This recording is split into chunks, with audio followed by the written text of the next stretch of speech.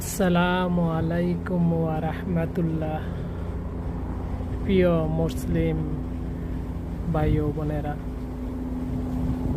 আশা করি আল্লাহর রহমতের আপনারা সবাই ভালো আছেন।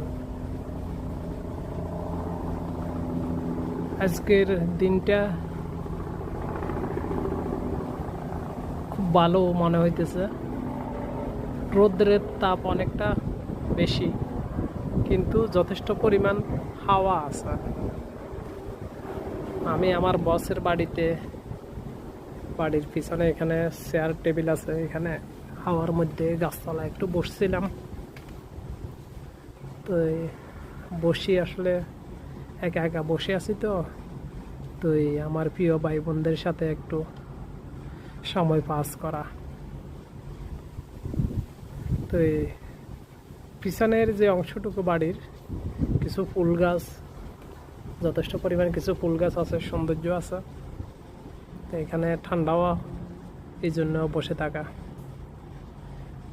বর্তমানে ইসরায়েল, ফিলিস্তিন, ইন্ডিয়া, পাকিস্তান আসলে যুদ্ধ ঘটিত যেই কথাগুলো বলতে হয়, মুসলমানদের উপরে অত্যাচার, নির্যাতন, হিন্দুবাদী এবং ইহুদিবাদী এরা মুসলমানদের উপরে অত্যাচার নির্যাতন করতেছে। অজস্র শিশু বাচ্চাদেরকে হত্যা করতেছে, নিরপরাধ মানুষদেরকে হত্যা করতেছে। আসলে দুঃখজনক বিষয়, একটা মানুষ হয়ে আরেকটা মানুষকে হত্যা করা, এই জিনিসটা অনেকটা মন মাহাত হই এগুলা শুনে, এগুলা দেখে।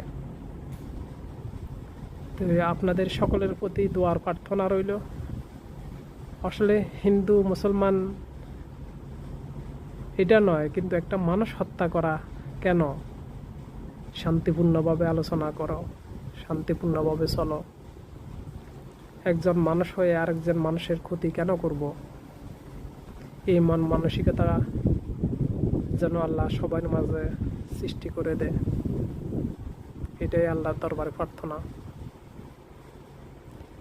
আল্লাহ কোরআন হাদিসে বলেছেন, জীব হত্যা মহাপাপ, জীব হত্যা মহাপাপ। তাহলে আমরা কেন একজন মানুষ হয়ে আরেকজন মানুষকে হত্যা করব নির্বিচারে?